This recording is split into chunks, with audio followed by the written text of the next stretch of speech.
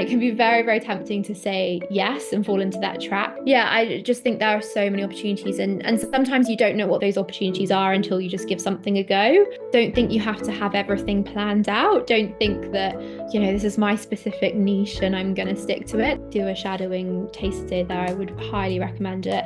Hi guys, welcome back to the More Than Medics podcast. Today we talk to the really impressive Dr. Tash Binnie. She's a resident doctor, mental health advocate and content creator. She's co-founded Future Frontline and is a trustee of the charity UK. She got the Diana Award and the Rising Star in Healthcare Award in 2023. Today we talk about all things content creation, starting an organisation, doing it for the right reasons, and also how she's currently navigating her interest in policy and her being at the end of F2, picking a career path that suits her. Enjoy.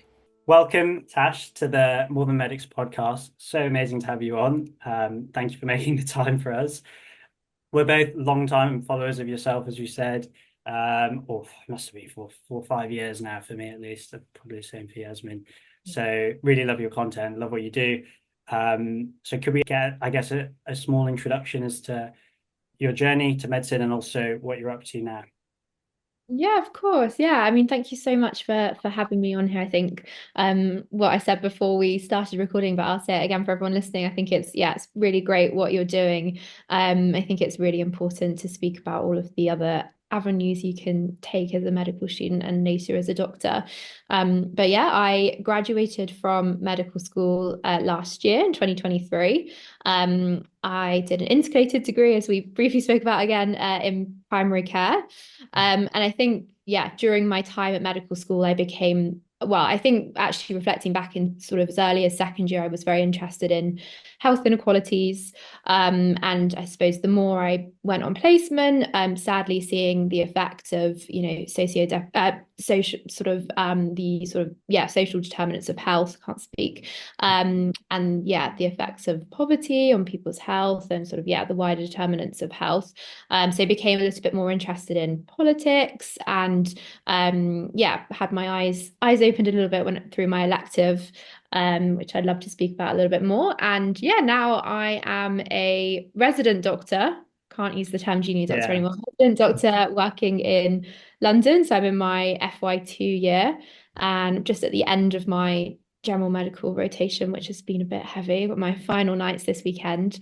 And yeah, starting to plan my life after F2, which during medical school felt like it was miles, worlds away. And now, yeah, here I am, still don't know really what I'm going to do, but I'm, yeah, happy to talk about that. And I guess, yeah, on the side, I co-founded a community interest company, social enterprise, in my third year at medical school called Future Frontline.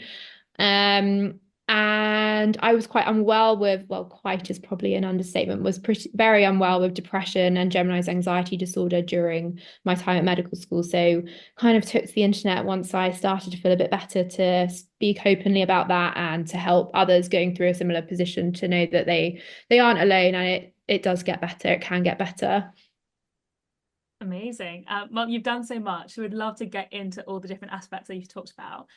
So actually coming on to the last thing you said, so you've taken up to social media to kind of promote that side of things, the importance of discussing mental health, etc. So what actually got you involved in content creation? Was it that? And kind of how have you found doing content creation as a medical student and as a resident doctor?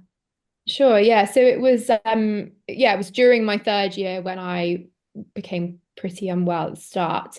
And then as I started to get better, I think it was actually in lockdown, I realized that I hadn't really had anyone that I knew I could relate to. Obviously, I knew that the stats of, 1 in 4 of us will sadly be unwell with our mental health. And I knew the stats on medical students as well and doctors, but I didn't really have a face or a person that had been through it and could say, you can be a medical student, you can be a doctor. I think it's much more common now online that thankfully more and more of us are sharing openly about our mental health and experience of mental illness. But back then there wasn't really many people around.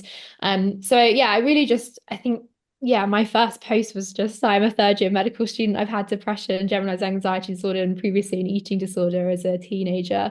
And that was pretty much it. There was no thought behind it whatsoever. There was no thought that more than 10 people would follow me. There was no plan. There still isn't a plan today or in terms of social media. And it just, yeah, it became, I think over lockdown, it became, yeah, a really enjoyable and therapeutic outlet for me actually. And very selfishly, I had people telling me that I was great and I was wonderful. And at the time, I really did not feel that way. You know, my self-esteem was rock bottom, and that was, you know, selfishly amazing that people were making me feel so much better about myself, and that helped me internally to feel better about myself as well, not just external validation. But that was really nice. And my experience on social media, especially at the start, was just so positive. People were so kind. And I had messages telling, you know, people telling me that they're going to speak to their GP. And you know, it was just amazing. And to have that kind of, yeah, a positive, some kind of positive effect as well. I think when you're at medical school as well, it's such a long, you know, you're obviously going, no one likes to say they're going to be a doctor because they want to make a difference and improve people's lives and make people better, because it sounds very cheesy, but that's why everyone's, or at least that's a part of why everyone's doing it. And I think at medical school, you kind of feel like you're turning up to wards and you're a bit of a nuisance and you're not really doing that. So it was really nice to be making that difference in a different way as a medical student. I really found that amazing. But yeah, then it just grew to, I suppose, wanting to share like a realistic life as a medical student.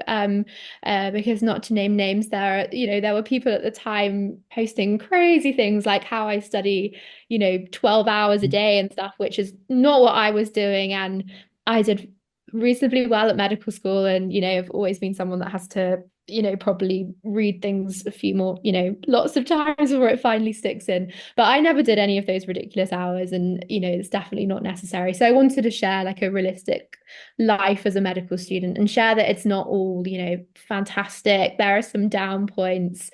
And yeah, it's just grown to kind of, it's been like a bit of a diary as such, like what I've been doing. And as a resident doctor as well, I've wanted to share that, it's okay to be upset by things. It's okay to find things hard. It's okay to cry. Just all of these, real things that we all experience, that I guess I'm quite lucky that I'm an oversharer. So I've always found it relatively easy to share. But I've never really treated it like a job. I mean, I've had a few paid like partnerships, which were really helpful when I was a medical student, because obviously it's really tough financially being a medical student. And I've had some amazing opportunities because of social media. And even talking on podcasts and things, I see that as amazing. And the people I've networked with and I've met some absolutely incredible people and other doctors and people outside of medicine. I think one of my first paid work was with the Department of Education, which was really cool. So yeah, it's been great, and I would really it's amazing seeing how many people, doctors and other healthcare professionals and students are now on social media. And I really enjoy, following along their journey. Yeah, as you can tell, I'm a bit of an oversharer. You'll have to stop No, me.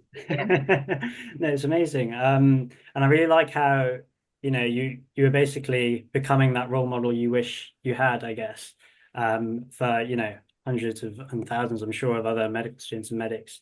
And I always think that's an amazing thing, because you're fixing a problem that you've had yourself, for many other people. So no, that's great. What do you think, from content creation itself?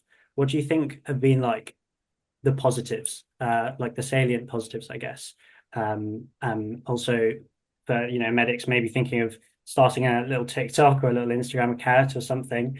What would you say are the main sort of positives from it? Sure. Yeah. Just to reflect on what you said as well, I think, yeah, it's really kind and it still sort of baffles me that someone, would see me as a role model. But that's, Mhm. yeah. And I think it's really important that we do have lots of different people online as well, because, I can't claim to be a role model for everyone. But I think representation is really important. So as many people who are, just because I speak about my experience of depression doesn't mean that everyone with depression will relate to me. So yeah, the more stories we have on there and the more experiences, the better. But the positives, yeah, I think I started to mention a couple of them. Yeah. So definitely the networking opportunities, Mm. especially as so many people, doctors across different, levels of training are now on even TikTok. You've got consultants on TikTok, and also different healthcare professionals as well. It's I even doing Future Frontline in like the sort of pool of people I know. If I want someone to speak at a webinar or something, it's so easy to find those people now. And if there was some research you wanted to do, it's just helpful, I guess, on that level. I suppose the like partnerships, not just sort of paid partnerships, but that's definitely a pro. I must admit, recently there's less of them than previously. Mm. But that was a very positive thing, getting some money from it. I would say it's probably an important thing to talk about that, people will, or for me, I've had lots of offers of partnerships and I've turned down probably 9 in 10 of them because I don't support the product or I wouldn't want to advertise it. And especially when you're a doctor or even a medical student, it's really important to be thinking about your, this is your profession. And it's very, very tempting when you see the sort of the money, like it's a lot more than my hourly rate. And it can be very, very tempting to say yes and fall into that trap, but actually it's really, really important. And I think even, things products that I might use in my personal life, like, do I want to be the doctor promoting this? Mm. Is an important thing. And am I qualified to talk about this? I had, I think, a toothbrush or something. And whilst I might try that in my personal life and might use it, am I actually the right person to be saying this is what the toothbrush that everyone should be using, and realizing that you do have that influence and people might think, oh, this is a great toothbrush because Tash has amazing teeth. I definitely don't have amazing teeth. But you know what I'm trying to say. So I think that's a really important point to talk about. What other? Yeah, just so many opportunities. I probably should have thought about this a bit more so before, but yeah, I just think there are so many opportunities, and sometimes you don't know what those opportunities are until you just give something a go. But yeah, just the community I'd say is also a big one. So, I'm thinking about applying to psychiatry training now, and just Yeah. if I put up a story, I'll get like 10 psych trainees, ahead of me in terms of sort of, yeah, Yeah. the career path, messaging me and saying, if you have any questions or anything you want to ask, then just ask. And that's fantastic because, I don't necessarily know those people in my personal lives, or it's harder to find. So yeah, definitely the community, the network, the other opportunities. Yeah, it's definitely great. Yeah, and I guess leading on from that as well, I'm guessing there's a few cons as well, and also relating to mental health as well. I'm guessing there are ways that it can have a deleterious effect on your mental health. What are those ways, would you say, or the main ways, and how would you sort of mitigate against that? Sure. Yeah. So, I mean, I think it depends with your reasons for going on social media, and what you're trying to get out of it. I mean, for me, I've always been lucky that I've just seen it as like a really nice thing that I do on the side. I think, sorry, to go back to the positive thing as well, Yeah. it's just a form of like creativity for me. I mean, I've never been a particularly creative person, but suddenly putting a reel together, it's like it just uses my brain in a different way and takes my mind off other things. So it's like a creative Yeah. outlet. Same for us as well. We doing more than medics as well. It's like a nice little outlet for us away from, the grind that is medicine. But yeah, no, carry on. Sorry. But yeah, I think it depends with what you're doing it for. I mean, if you were doing it suddenly to, I really want 10,000 followers, I really want 10,000 followers. And if you saw that your follower count was, oh no, I only got 100 followers this week, not, I think that could be when it starts going wrong, or only X amount of people have liked my post. I think my posts used to get lots more likes than they do these days. And I think that can, if you were very like glued on metrics and things, um, then that could definitely be a negative. And it can, I've caught myself a few times going, oh, I'm not getting as many followers these days, or other people have got more followers than me. And then I'm like, no, Tash, it doesn't really matter at the end of the day. And it doesn't bother me at all. And the same with like, I guess the paid partnerships, I joked that I used to get more. And that could be, I guess, that could get you down a bit. Oh, nobody wants to work with me anymore. Or yeah, so I guess there's that side to it, which I would just say to people, what are your reasons for doing it? If you're going into it because you want to make loads of money, I mean, there is scope, some doctors make thousands of pounds, maybe hundreds of thousands of pounds. But I would just, yeah, probably don't go into it with that mindset, because you probably won't do very well. I think people like following people who are genuine and who are posting what they want to post. Is more important. I guess the second side of it is like trolls and hate or whatever, which I'm pretty lucky that as I said at the start, like I've got a very, very supportive bunch of people following me, but occasionally I get the odd message or comment. I guess recently I had someone sort of cyber stalk me, which was a bit scary, and had to go through the police. And yeah, that was probably something to be aware of. But I guess on reflecting on that, I think it's just, I guess, a case of, being careful with what you share. So I try not to, I'm sure people can work out where I work, but I try not to share where I work, what hospice I work at. I try not to share specifically where I live, obviously. But that anyone, with having a public account, anyone can find you. And I think what's important as well, if you're a doctor, healthcare professional, healthcare student, is to think about patients can find your account. And for me, I actually see that as a benefit, because if someone opens up to me and says, talks about being depressed, it's not appropriate for me to go, a patient, sorry, it's not appropriate for me to go, don't worry, I've been depressed too. I took sertraline, I did this, I'm now better. But actually, if someone in like a roundabout way starts thinking, oh, that doctor had depression, maybe this doctor I'm speaking to may have had that personal experience. I don't know if that makes sense, but I quite like that side of it. But also, you do have to think, do I want, Sally, the 60-year-old, to see me on holiday drinking wine, whatever? Maybe that's fine. But I think you have to be, as long as you're happy with what you put out there, then it doesn't matter. If somebody comments something, I think I posted a photo with a glass of wine. And I think someone said, why are you promoting alcohol? So, those things. I mean, I was happy with it because I drink well under 14 units. I would never advertise alcohol, but it was just something that I did as part of my holiday. But yeah, you just have to be careful. I think those are the negatives. And, I've had all sorts of people saying I'm a snowflake and stuff like that, which is I was about to use a rude word, but I won't. I'll restrain. But yeah, I think as long as you're happy with what you put out there, the kind of hate doesn't matter. Um, and don't get too caught up with the metrics.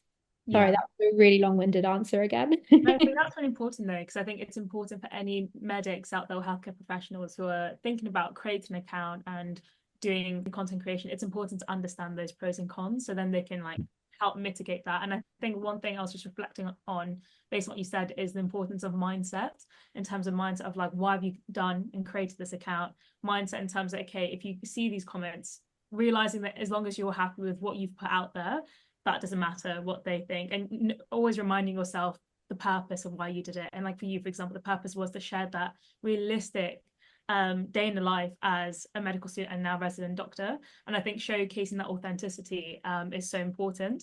So I think it's just kind of reminding yourself of that purpose, which I think is really crucial. Kind of building up on that then. So for those who are interested in doing content creation, what would be your top 5 tips for them? Oh gosh, I think I need the tips myself. Um, I think yeah, like have a reason. I mean, even if it's just sharing your life, that is a reason in itself. You know, so other people can realize that it's all right to sit and watch Netflix for 6 hours on a Monday evening. You don't have to be on past med. You know, that's okay. It doesn't have to be a real deep reason. But definitely have a reason. But also on the flip side of that, don't think you have to have everything planned out. Don't think that, this is my specific niche and I'm going to stick to it. Like, go for it. If one day you want to change it up, post something slightly different, then go for it. And you'll in that way you'll find what you enjoy sharing and what your audience enjoys uh, engaging with. Don't take yourself too seriously to start with or ever. I don't know if that's a good tip. Number three, yeah, don't get bogged down by the metrics. I think people will work out if you are as well. So just enjoy what you're posting. Be authentic, like you said. Don't copy. Obviously it's hard. You're not going to come up with something completely unique, but don't literally copy what someone else has done. Just be you. And number five, I've run out. I've run You don't out. need five. It's Yeah. Yeah, yeah, I just think go for it. And if you decide that one day you don't want to share anything anymore, then that's fine. But yeah, number five, a proper number five or number six, do really think about what you post before you post it. And I don't mean that in a scary way, but once something goes out on the internet, it is there forever. And if you have a public account, you do have a like I think we have to remember that being a doctor, well, in my opinion, for me personally, being a doctor comes way before social media.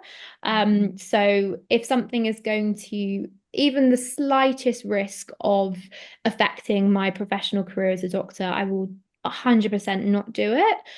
Others may feel differently, but for me, social media is something I do on the very side. And the thought of that affecting my professional career as a doctor or whatever future profession I do is something that I'm not willing to take the risk about. So yeah, treat it seriously, but also treat it seriously in the sense of make sure you're happy with what you put out there, but don't take yourself so seriously. I don't know if that's very like cryptic, but I hope that makes sense to somebody. Yeah, No, awesome, definitely. brilliant advice.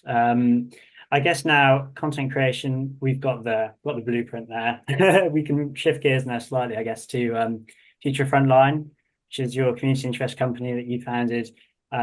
Really interesting. I guess tell us more. Yeah, sure. Yeah. So Future Frontline was started back in 2020 by Nikki, who is a final year medical student at King's, and myself.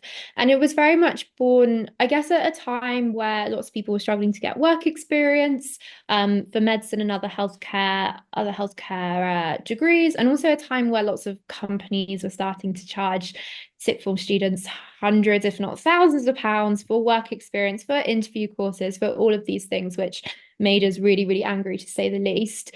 And also, I guess, kind of a reflection of our own route into medicine and realizing that when my career advice was very much like I went to a very good school, I was very privileged, but also my career's advice was very much like become a doctor, become a nurse, become a dentist. I literally didn't know what an allied health professional was until like my third year of medical school around that time. And I thought that was really sad because, lots of people were and sadly are unhappy in their jobs as healthcare professionals. And maybe that's because they didn't actually want to be a doctor or a nurse. Maybe actually being a speech and language therapist was what they were more suited to. And also seeing people, on the other side as well, if the only careers presented to them are a doctor and a nurse, and they go, well, actually, I don't want to do either of those, but they don't know about these roles, then maybe they'll just give up on a profession in healthcare in general. So the aims of it are very much to, inspire more people to go into healthcare and to raise awareness of all of the different professions in healthcare that they can take up, but also to widen participation to these professions by providing everything, everything free. And yeah, also to create a community. I think at medical school, I know I went to King's and our campus was even separate from like the nursing school, for example. We very much were separate. And I think one of the things that I've realized as when I've started working is the, multidisciplinary team is very much in action. And, my friends are from different professions, but at medical school, it really wasn't like that, or at least at King's, I felt very like separated, which I think is really sad. So yeah, it's to sort of try and bring a community of healthcare students together as well. And I guess more so for the current healthcare students is to try and provide them sort of their own leadership skills so they can go on to, do whatever they want to do and inspire them to be sort of the healthcare leaders of tomorrow. But it's been an amazing journey we've had, and I've learned so much along the way. I mean, I'm pretty much a run before you can walk kind of person, which I wouldn't advocate. And it's something that I'm trying to work on. I am getting better at it. But it was, yeah, we definitely ran before we could walk, which, I don't have any regrets. We had an idea and we ran with it, and yeah, we've learned so much along the way, and I'm very grateful for everything. It's I never did it to benefit my CV, but it definitely has. And that's a really important point I would say for everyone listening to this is never try and do, well, my advice is never to do things because you think, oh, this will look good on my portfolio, this will look good on my CV. You'll just find that if you do things because you enjoy them and you're interested in them, you'll find that in the future, I was writing a job application yesterday, and like all of these things I've done even from second year, I was like, oh wow, I never knew that this would actually be helpful for this now. Um, so I think lots of medical students can fall into the trap of like joining this society, trying to be I don't know what they call the lead position at societies, be the president of the Yeah. society, blah, blah, blah. And like that's fine to do if you genuinely are interested in that and you want that role. But I saw so many friends just do it for like the tick box, which, Yeah. okay, yes, in life there are a few things that we have to go through the tick box. If you want to do a surgical specialty, you have to do X amount of theatre or whatever. I don't know. I don't know why I started using that example because I know nothing about that, but through a friend. So yeah, you have to do some things to tick a box, but just try and do things because you genuinely are interested in them. And then, we spent hours and hours of work on Future Frontline, but it didn't feel like work. I know that sounds like a really cheesy thing to say, but my boyfriend would see me when I come back from medical school and I was on my laptop until like 10 p.m. at night, which um you just do it when you're passionate about something and it doesn't feel like work and you really enjoy it. And yeah, it's been great, and I'm so grateful now to have a huge team and don't have to do so much of the on the ground stuff. But yeah, even I always say to the team, even for them, I hope they see it as a way to work on their own leadership skills and other skills, alongside obviously helping other people. So yeah, I hope that Future Frontline gives back to like the aspiring students, but also is kind of, I'm sure there's a clever way of saying this, but it's kind of like a circle. I don't know, but yeah, Yeah. people on the team are giving back to others and they're getting something for their own careers as well. I fully resonate with a couple of points you mentioned. So, for example, making sure that within the team that not only are they helping others, but they're also gaining something. I think one thing from the roles I've done, whenever I've been in like more of a, like, for example, like I've been vice president or president of different societies, and like one thing I've always said is like it's important not only to like help out, but also think about what are you developing throughout this year, what are your personal aims throughout this year, so then it's benefiting you doing this work. And then secondly, the point that you said, like you found that doing Future Frontline didn't feel like a job, like it just felt like a hobby, because I think we resonate with that so much, and with more the medics too, like we just enjoy working on it. And then it just means, and the work that you're doing naturally probably will contribute to your CV, like you said, but you are actually enjoying that work. You're not thinking, okay, it's because you want to put it on that CV, you want it for a job application. You're doing it because you actually enjoy with it, which makes it more fun. And I guess there are a lot of it's so amazing your message and that you're getting across for Future Frontline, especially the one participation mix. I'm very passionate about that. So just want to say it's so inspiring what you've done. And I guess it's very similar to kind of what we do in the sense that we're trying to also promote careers, but actually more kind of alternative careers as medics, etc. So I guess there's some parallels there. I wanted to touch on the sentence you said. So you said that you tend to run before you can walk, and you said because of this, I feel like I'm very much like that too. But because of that, you've had a lot of learning setting up Future Frontline. I just wanted to touch more into what are those learnings that you've developed as you've gone on to create Future Frontline. Yeah. Oh gosh, where do I start? So much. I think the first main learning point is definitely at the start we were trying to do way too much. The audience, so we were trying to provide support for aspiring students, for current students, and for current professionals. Which when I say it now, it sounds absolutely crazy, and it was. But I actually think by doing that at the start, we didn't know where, like, which demographic needed us the most, if that makes sense. So actually by doing spreading our eggs in lots of baskets to start with was kind of helpful in the sense that now we're very much just focusing mainly on aspiring students and current students. We're not providing support for healthcare workers. But we learned that along the way. Like I think to start with, we didn't realize that. So maybe that's not like a not like a anyone's fault, but it's just something that we learned along the way.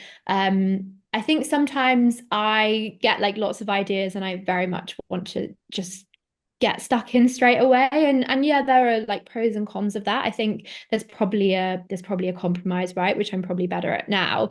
If you just stuck in the planning stage forever and ever and never just start, because you're trying to build something that's perfect, you just never will do it. But equally, it's probably good to take a little bit of time to think about your aims and how you're going to do that time scale. So I think a meet in the middle point is something that I've now learned. Would never advocate for planning something for forever and ever. Like you will fail, though it won't be perfect. So just go for it a little bit. But yeah, maybe not quite my level where I think of something then want to do it the next day to start with. Um, what other things have I learned? I think I've learned that how I like to be led is not necessarily how everyone else likes to be led. So if I'm working in a team and someone is leading me, I like someone to give me kind of like the creative freedom and the freedom to come up with my own timelines and my own ideas. And I kind of thought that everyone else was the same as me to start with. And then I realized actually some people, if they're volunteer and it's not their project, they actually just like to be told what to do is not the right frame, but they like some like more clearer guidelines and structure, I suppose is the better way of saying it. They want deadlines and they want, this is what you need to do, like an expectation as such, which kind of makes me feel more like a dictator, bossy leader. But I try not to do that. But some people do prefer that. So yeah, I guess thinking about how you like to be led is not necessarily how everyone else likes to be led, and adapting your leadership style for different people and for what you're doing. What else have I? Okay, is that enough to start with? That's plenty. I could write a whole essay on it. Yeah. No, amazing. Really useful tips there. You also did the HLA Idea Scholarship, and I'm guessing you used a lot of the learnings from that, maybe to help with future frontlines. Just curious as to how you found that and how did that help? Yeah, I think the main thing with the HLA was the networking. So even when we were submitting our community interest company application thing, you have to have an asset lot body. And I was like, what the hell is an asset lot body? And I probably could have Googled a bit or used ChatGPT now if it existed, but I just put a message in the like Slack group for all of the different groups on the HLA, and someone literally responded within 2 minutes and gave it a Tash friendly explanation, an idiot guide to it. So things like that, or even, back when we needed a bank account, we were like, which bank account have you guys used? So simple things like that, like the business type tips, it has been really helpful for. And even, the opportunity to go to went to like a HLA dinner a couple of years ago, and there was like loads of cool people there. And I was like, well, I'm on a table with you. That's super cool. But yeah, things like that. But I would say on the whole, like mentors are really important. Like we're really lucky to have some fantastic mentors, patrons on at Future Frontline. Most like a couple of them I met like at a conference. So Rachel Moses, who's very, very senior consultant physiotherapist and very, very high up in like the NHS Leadership Academy. And she's amazing. And she's absolutely incredible. But to have her on our like advisory board, as well as like Uzo, who's I think, chief pharmacists at Bath, to have these incredible people who give up their time to support us and to give us some tips, is I'm very grateful for. So yeah, I definitely take up, any mentors that you can find, reach out to people, tell them what you're doing. I would definitely recommend. But yeah, the HLA, the HLA also, so that's the like ideas program, which is for organizations, but they obviously do like a individual scholarship program as Yeah. well. So I would definitely recommend looking at that. And as well, the NHS Clinical Entrepreneurs, I think it Yeah. was called. Yeah. I would definitely recommend that. But yeah, any like oh, what's the word I'm looking for? Any like I can't think of the word I'm looking for, Mhm. but I guess don't just limit yourself to like NHS or healthcare specific ones. Like I know Cambridge Business School do one that UK Doc was a part of, the mental health charity that I'm a trustee of. So yeah, don't just limit yourself to healthcare specific ones, but I think it's always beneficial and useful to be part of these incubator programs, I think is what I was looking Yeah. for, and mentors as well. Amazing. Yeah, no, 100%. I think that's really important, especially growing that network is, and I think we found that useful so far as well, just being able to speak to different people and gain their advice and tips. It gives you that broader perspective, because sometimes when you're working on a project, you think you're so passionate about it and you can sometimes become narrow-minded. So getting that wider perspective is so important. I want to also now touch base on the policy side that you mentioned earlier you're really interested in. So I wanted to just ask what got you into policy and what kind of things have you been doing to kind of explore that interest further?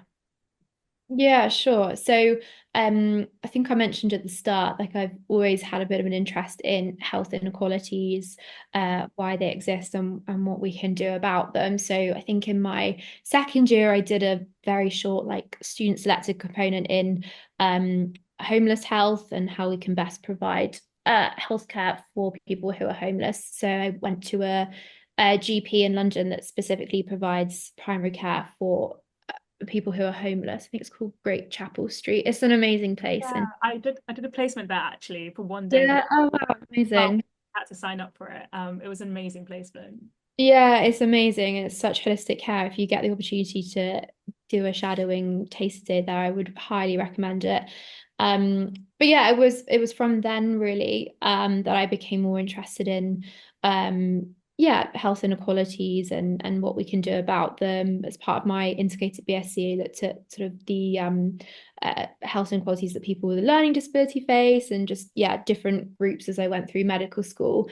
And then when we have the opportunity to an elective, I actually have a dog, who's not my family dog, is literally mine and my boyfriend's dog. So going abroad for 6 to 8 weeks wasn't really something that I wanted to do. Yet alone the kind of financial implications of it was, yeah, something I felt that I personally, yeah, I wasn't going to do. Not that I don't see how wonderful an opportunity it is. And I think, yeah, if you want to do that, then amazing. Um, but I decided that I wanted to do my elective in something in sort of policy. So I basically emailed lots of different people, and the shadow public health minister at the time, Andrew Gwynn, said, "Yeah, we actually had someone last year do this, so sure." So that was amazing. I had a pass in Westminster for 6 weeks, and I spent sort of like half the time doing kind of, I guess, like health analyst type stuff, in the sense that I would be reading like the latest publications from health think tanks and trying to like summarize some of that data and findings to kind of brief Andrew, and also to sort of share with the wider Labour health team to try and help inform some of their like proposed policy ideas and stuff like that. And then the other half of the time I just spent like you know going, just trying to work out how Parliament runs and how it all works. And I spent some time watching a like select committee. Oh gosh, what do they call them? Honestly, like all of the like Parliament and like politics language just is so complicated on purpose. But that's a whole another talk in itself. But I spent some time, which is actually quite timely now, with the Health and Social Care Select Committee there talk is the wrong word, but let's just call it talk on the like assisted dying bill. And it was back then, so that was about a year and a half ago. It was back then where they were kind of like collating all of the different evidence. So you had people who were, you know, from the US states where assisted dying is legalized, like different doctors and people with experience from there speaking, and then also like, you know, some like palliative care consultants who are against it. So that was really interesting. So yeah, it was an amazing experience, and just to, you know, sit in an office with an MP who was the shadow public health minister, and his team was fantastic, and they were so kind, and yeah, really amazing. So I feel very grateful to have had that opportunity, and I got £8 to spend on lunch and coffee every single day, and you know, got to go to like the canteens where all the MPs were, and thought that was so cool, and you know, came in the fancy entrance from Westminster Tube Station with the big policeman with the huge guns, and I just thought that was the coolest experience. But yeah, I suppose since then, since working in a, you know, my F1 year, I worked in a very deprived area of London, and sadly seeing, you know, how, you know, poverty affects your health, how, you know, different races and different education levels, and you know, if you have severe mental illness, for example, like how that all affects your health outcomes. I find it, you know, it's really sad. And you know, the difference in life expectancy is, you know, 18 healthy years depending on what, you know, if you're from the most deprived area compared to the least deprived. Like that's crazy, just in one country, 18 years. I think it's just shocking to me. And I find sometimes a little bit frustrating being a doctor, and just sometimes it feels like you're just putting plasters over things. You know, this is probably no, it's probably an okay example. Someone's come in with a asthma exacerbation, you've given them some steroids and stuff, but their flat is full of mold. So they'll probably just keep coming back. And I think that's kind of, if I say so myself, a relatively important point, that like policy that affects health is not just specific health policy. It's not just, you know, policy around the NHS. It's housing, it's education, it's employment. All of these things affect health, which is what I'm interested in. So I'm still like, I'm obviously very interested in, but I'm still very new to learning at how it all works. So I'm doing a fellowship with the Young Fabian Society, which is a left-leaning think tank at the moment, which is not something specifically for doctors. Well, it's not for doctors at all. I'm the only doctor, and everyone else is like I think most of them are like recent PPE graduates and stuff, like people like that, like amazing people, but it's not specific for healthcare at all. But that's just something that I'm doing kind of alongside. So there's some workshops and webinars to kind of like teach us how to do like policy research and things like that. And then as part of that, I'm writing like a long form piece. I am doing it on sort of health inequalities and how we can reduce them in people with severe mental illness, trying to like overlap my interest in psychiatry and policy. So that's really exciting. And then I've just applied for it's called a clinical policy fellow, which is actually with the NHS for next year. I don't know whether I'll get it because it's kind of open to anybody, but that would be an amazing opportunity. But we'll see how good my application was. But yeah, I'm very keen to do something to do with policy, public health going forward, whether I do that as my whole career or whether I go down psychiatry and, you know, do something alongside. It's something I'm still working out. But unfortunately, to summarize, unfortunately or fortunately, politics matters to all of us, and it should matter to us as doctors and healthcare professionals, because yeah, it affects everything that we do. Gosh, that sounds a bit doom and gloom, but No, but I think I was very much someone that, you know, whether because I was from a relatively privileged background, that I didn't speak much about politics growing up, but actually, yeah, just realized how important it is. No, I 100% agree. I think it's so important, even as medics, we appreciate the political scene at the moment, because it impacts, for example, how the NHS runs. And I think I only realized, probably Marta can relate too, but I only realized that after doing the management BSc, where we had a module on managing healthcare organizations. And as part of it, they made us do this pre-reading, where it was about 40 pre-readings we got, and we had to read articles from the King's Trust and like Nuffield Trust and King's Fund.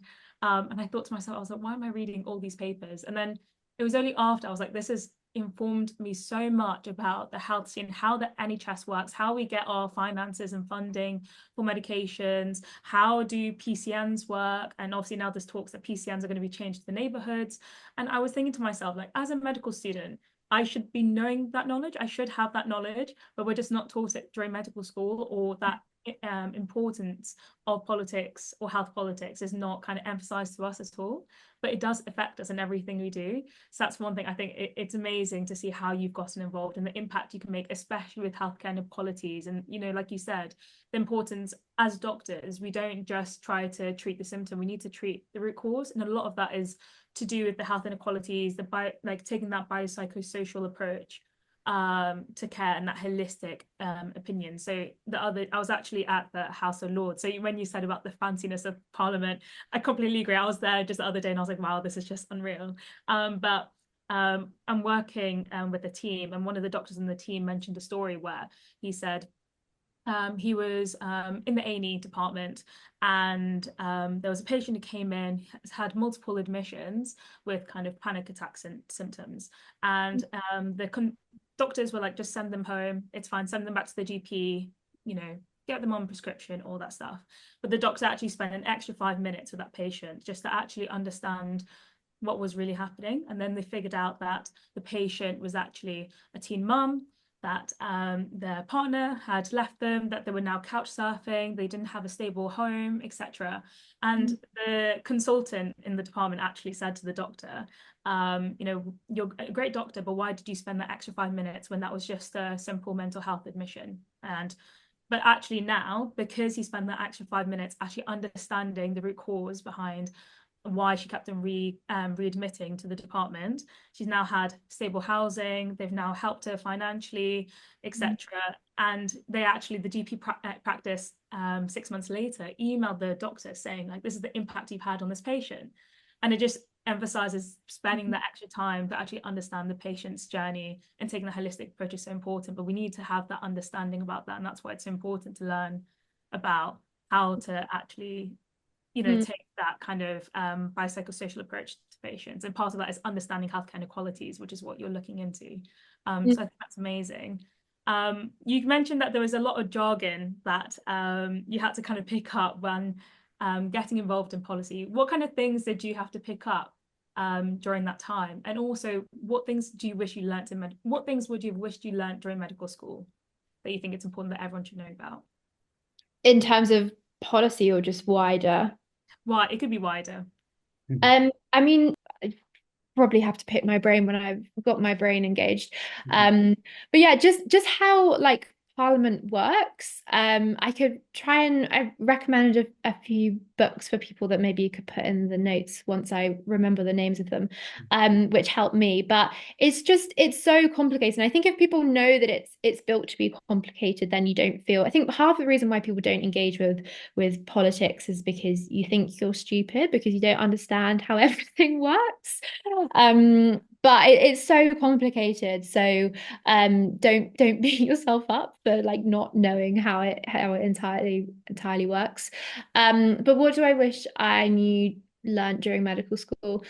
Yeah, I definitely think like having a wider, you know, not just learning about diseases, like learning about you know, how to start a business or how to start an organization, or a little bit more on, I think, anything like public healthy stuff. You know, anything optional I tried to do. But I suppose the like lectures that I remember on like the social determinants of health were so dry. So boring, yeah. But like trying to link it to a disease, for example. So for example, at the moment, I'm on a diabetes and endocrinology ward, and we have people with like diabetic foot ulcers on our ward. And like when you like take some time to my trust uses like a fancy computer system, and it has like this whole social determinant of health wheel. And I spent some time sitting with one patient who was admitted with a diabetic foot infection, and filling out this wheel, and he pretty much ticked like every single box. So when you like relate it to a disease and a condition, I think that's so much better than just being like I don't know, smoking is bad for you.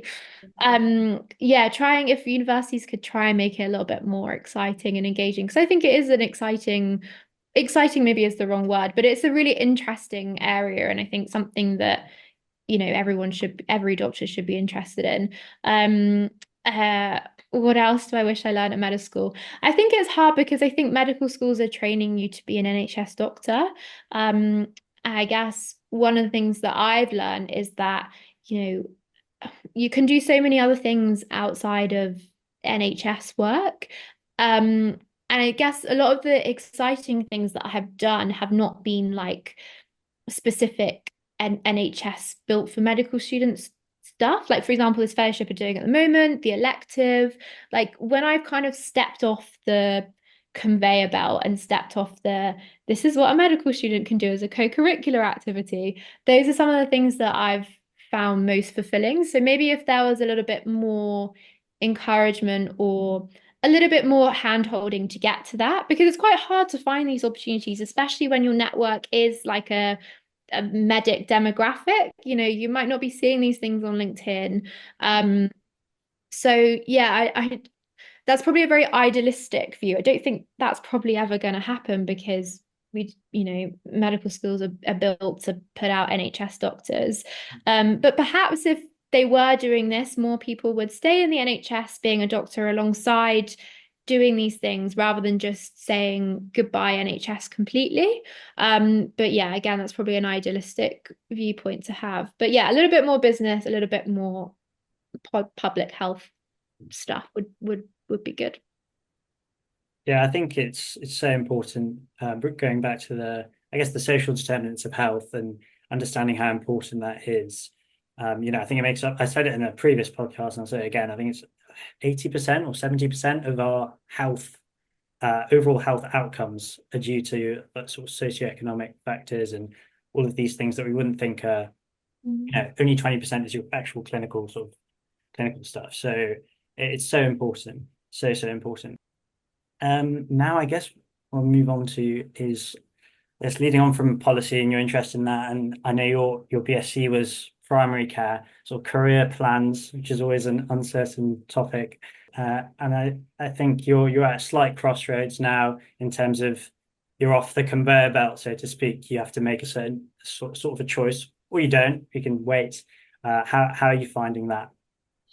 Yeah, I think slight crossroad is a bit of an understatement. Um, I think like to be transparent, I think one of the things that I am learning is being comfortable with sort of the feeling of not knowing what you're going to do next, because that's a completely new thing for me. Like I'm like fortunate that my route up until here has been, well, it's been quite boring, in the sense that I did my A levels, I did well at my A levels, I went to medical school, and then I started working as a F1 where I wanted to work. Like I've been really lucky, very lucky in that way. But yeah, I guess for the last, well, I'm almost 26 now. I guess for the last like over 10 years, it's just kind of been in my head like what I would do.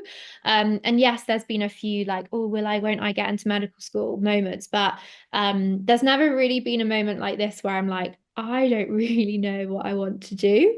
And I'm saying that with a smile because it's quite it's quite exciting. Like I'm in a privileged position where I've got a good degree. I do have lots of opportunities. I do have lots of things that I'm interested in. I think one of the things that I've realized is that I enjoy being a doctor sometimes. I don't enjoy being a doctor sometimes. And maybe that's the case of every job, but I don't know because this is the only job I've done. And there are so many positives about my job, but there are also quite a lot of negatives. The pay is all right. It's not as good as other jobs, but it's better than other jobs. Sometimes I find work really anxiety provoking. I go home and I worry, oh God, did I do the right thing? Have I prescribed someone 10 times the amount of insulin and they're now dead? And other times I leave work and I think, wow, that was really nice that, I really made a difference to that person's life. And that's amazing. And, every day is different and work with great teams. So there's so many positives, but there are also, for me, there are negatives. I kind of didn't expect to be at this point and feel a bit like don't love it, don't hate it. I kind of expected to be at this point and either be like, I really love it or I really hate it. So that's a little bit of a conflicting thing for me.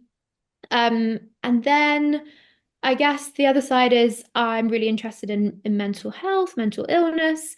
I think I want to do psychiatry as like the long-term plan. It's obviously very different to medicine. I guess the only thing that puts me off is kind of being in the position where you're saying someone's, safe to go home or, your risk assessment and stuff like that. That kind of scares me.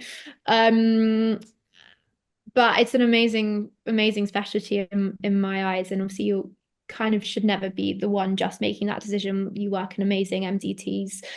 But then it's like, do I still want to be on like on gosh, I can't speak, on like rotas where I'm working nights and weekends? Do I just want a 9 to 5 job or, more maybe I don't think I'll ever be the type of person to have a 9 to 5 job, but do I want to be more like a Monday to Friday and then always have my weekends? I find that sometimes like gosh, this is very deep. Sometimes feel like I give so much to patients at work and it's really nice. They're grateful for me, but when I get home, I just don't really have much to give to anyone else, which sounds so deep. But do I want to be more, more present in people's lives that I actually, not that I don't care about patients' lives, but people that I actually love and care about on a personal level, if that makes sense. So yeah, I'm a bit conflicted for that reason. And I guess it's so hard because coming from school, the only thing I've ever known is medicine. I never really explored other careers, which, I would recommend that any aspiring student doesn't do that. Even look into things like law, finance, just even if you think you don't want to do it, I would recommend doing some like work experience type days or anything that you can go to so that you feel more this is the right path for you. So I think at the moment, to summarize, I think I want to do something different for at least a year, um, with the mindset that I will enjoy it, but will miss being a doctor. So I will go back into psychiatry training and do this other thing alongside and do both of them. But having said that, if I do something different and absolutely love it, and I'm not going to force myself to go back to being a doctor, is how I feel at the moment. Um, I've never been the type of person where I have thought that only medicine would be the career that would make me happy and would make me give me fulfillment. But yeah, I don't know. Hopefully this time next year I'll have more of an idea. It's really interesting what you said because you're at the crossroads at the moment and it does feel uncertain, but you said it's quite exciting at the same time. And I think especially with what we're trying to do with M to M and more the medics, is the idea that, okay, I think when you go into the medical career path from sixth form, etc., you're kind of put on this conveyor belt, told, okay, you're going to do medicine, okay, you get through med school, then you do F1, F2, and then you do specialty training, and then you get to a consultant. And I think because they have that narrow viewpoint of it, it's very hard to then, when you're actually not on track, you think you're off track and you're like, okay, actually, then am I doing the right thing? And I think that's one thing that we're trying to promote, is realizing that it's okay to be uncertain. Actually, it's okay to explore those other careers and actually, in a sense, redefine what medicine is for you or what being a doctor is for you. Mm. If it means, for example, like you said, having to take a year out to explore something different, to then make you actually reevaluate what you want to do, and that's completely fine, and actually being okay with that. And I think something you mentioned earlier was the fact that during sixth form you weren't really encouraged to explore things like law, finance, etc. And I think a lot of medics or healthcare students kind of have those same reflections, and solely during med school or when they get to a doctor they realize, actually, I'm quite interested in finance, or I'm quite interested in the interlink between law and medicine. So I think that's why we're kind of promoting what we're doing, because we think that's really important to actually explore those careers and explore those hobbies. And like a lot of studies have shown that by exploring those interests and passions and hobbies, it actually also makes you perform as a doctor better, but also reduces burnout, which is something really important, especially going into a career that can be quite tough, mentally and physically too. Yeah, so to kind of go off that as well, what tips would you give for medical students and doctors who wanted to kind of explore more portfolio careers, we can say, but trying to ensure that they don't overburden themselves, especially with that uncertainty? Sure. Yeah. And I think just briefly to go back on what you were saying, I think it's important to recognize that the likelihood, if you're a medical student or a doctor, you've probably got like a personality trait where you're a perfectionist. That's what they want out of doctors, right? But that means that you probably will find not knowing what you want to do and not having this like perfect CV portfolio, like I did this from this year, then I did this. You'll probably find that difficult to start with, and that's okay. And I think having said that as well, sometimes you'll do something and don't think that it has to link from the thing you did before or the next thing. Like actually you'll find that, I'm obviously very early in my career and I'm still figuring this out. But like I was saying before, like you'll find that actually everything that you've done that you're proud of or you found really interesting, you'll find that it will benefit you in some way, even if it's learning a skill or something putting on your CV. So don't worry if it doesn't, fit, like it doesn't seem like it's fitting into a pathway. I met an amazing psych reg who started by doing core medical training back in the day, IMT, and is now, doing a lot of work on the overlap between severe mental illness and physical health. And that, like, now that just makes sense. I'm like, wow, yeah, you're the right person for this. But probably to him, going from core medical training to psych training was like, wow, this is so disjointed. So that was like a really nice reminder that everything, there can be meaning. But also if you do one random thing and never want to talk about it again, that's also fine. But my tips would be don't limit yourself just to specific healthcare things. Like by all means, explore like the NHS clinical entrepreneur program, whatever. But do consider things, yeah, built for everybody because my dog is now trying to come into my room. But yeah, don't limit yourself to specific Mm. healthcare things. Remember that you're a young professional, just as a trainee solicitor is, just that someone, becoming an accountant is. Like, see yourself as a young professional as opposed to just being in this medical bubble if you want to be. I think that's a nice way of thinking about it. What are the other tips? Yeah, just to like really take some time to think about what you're interested in. Just because everyone else is really interested in surgery doesn't mean that you have to be. And maybe you're not interested in anything I've spoken about, and that's absolutely fine. And sometimes it takes time to work out what those interests are. I think at the start of medical school, I was like, well, I'm just not interested in anything. I just like watching Netflix and going shopping, which is still true, by the way. Thought I was quite a boring person. I was like, well, I don't really have any motivation to be part of society, so I'm not really interested in anything. But just take some time to, yeah, just don't force it. But I think over time you will work out what you're interested in, and use your own experiences to build things. So, for example, like Future Frontline was kind of born from other people's struggles, but also recognizing within our own pathways what we've struggled with or would find helpful, for example. So don't feel like you have to like reinvent the wheel.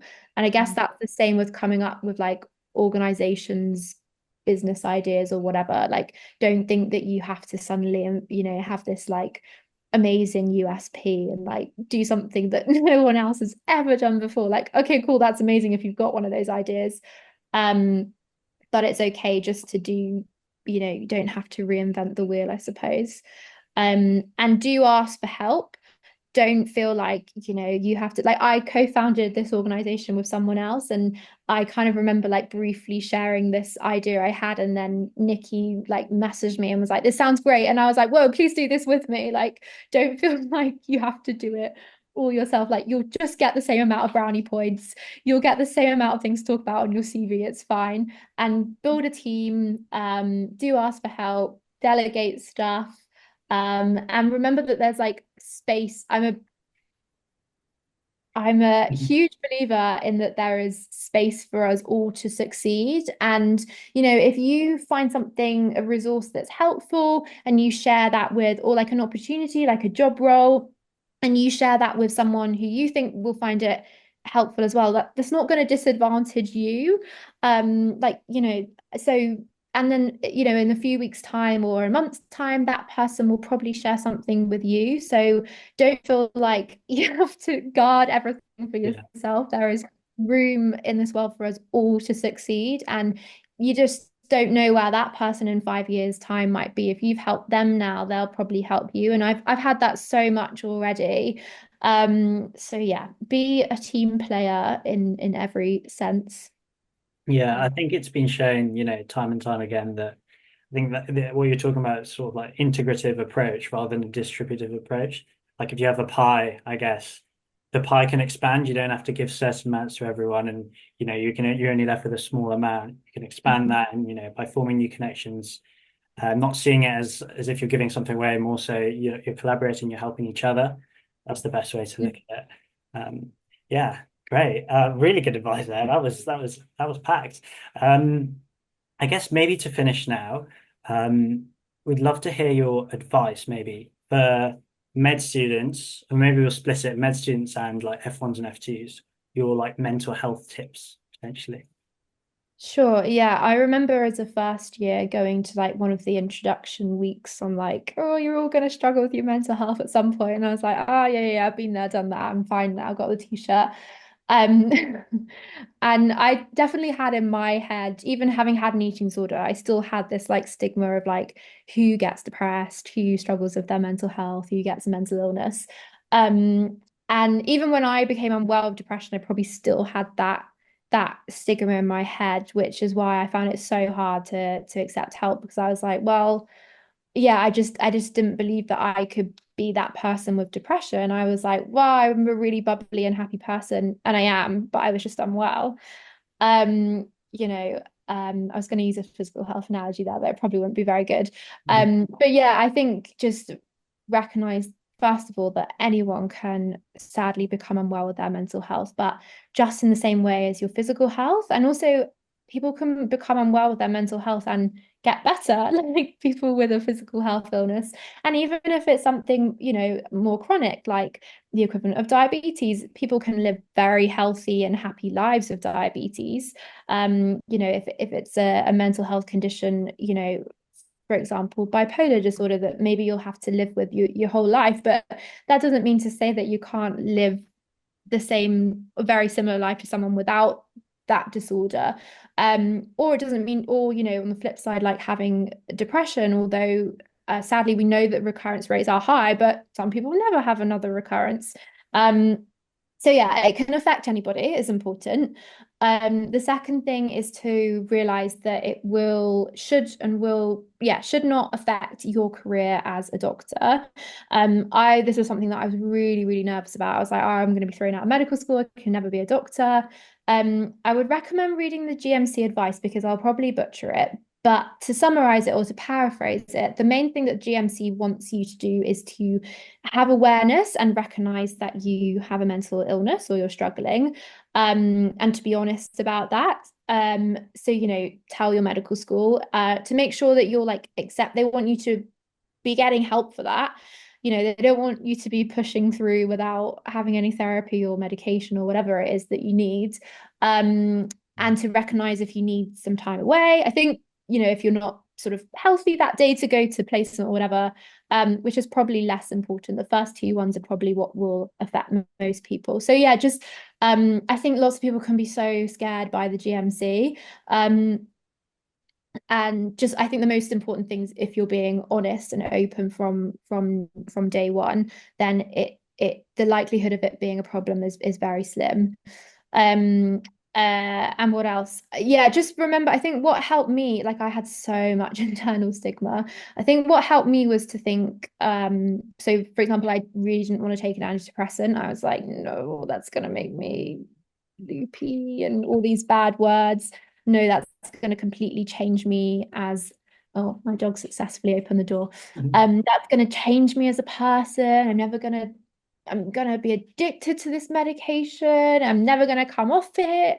And actually like thinking, whoa, but I'm gonna be a doctor soon, and I know this is like nice guidelines, and this is, I'm gonna be recommending sertraline. So why the hell am I not taking it? Like that's so oh my gosh, lost the word.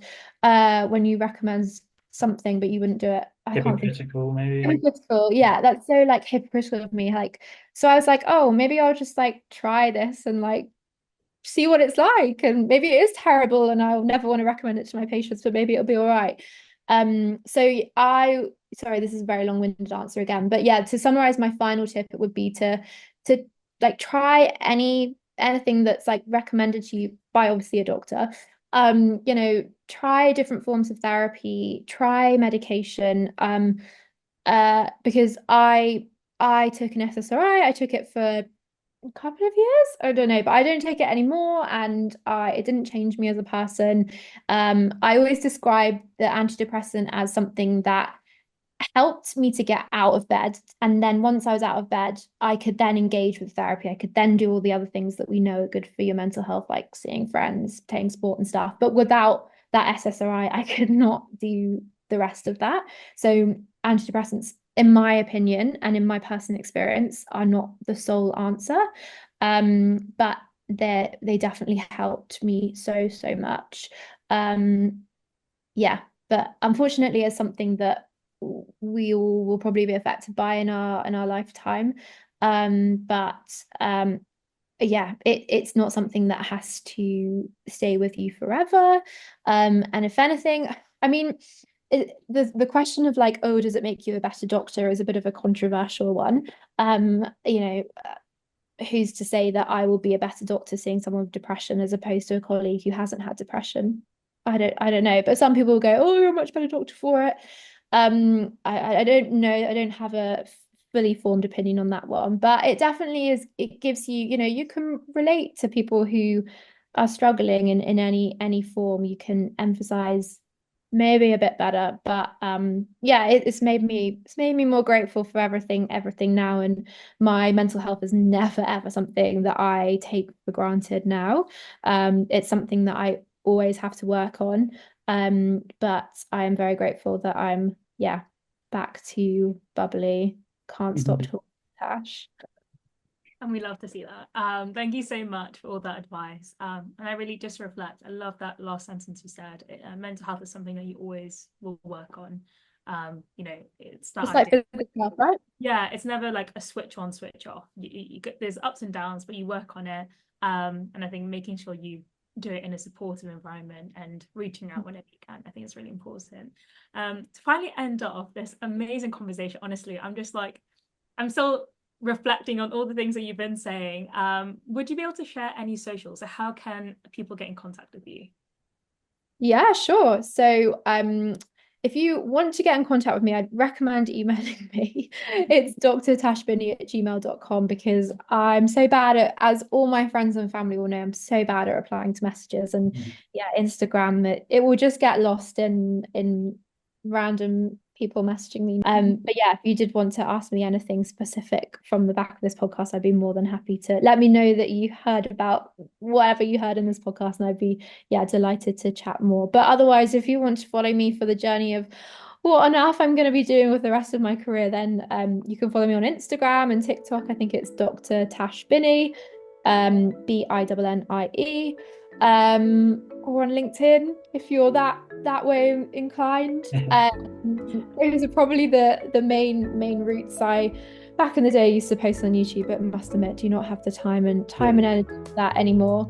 But yeah, I would love to chat to you, and yeah, do email me. Feels like very old school. But it's probably the best way of contacting me if there's anything specific. Otherwise, yeah, please follow me for the ride of the next 12 months or so, and see what on earth I get up to, because yeah, you and me are both confused.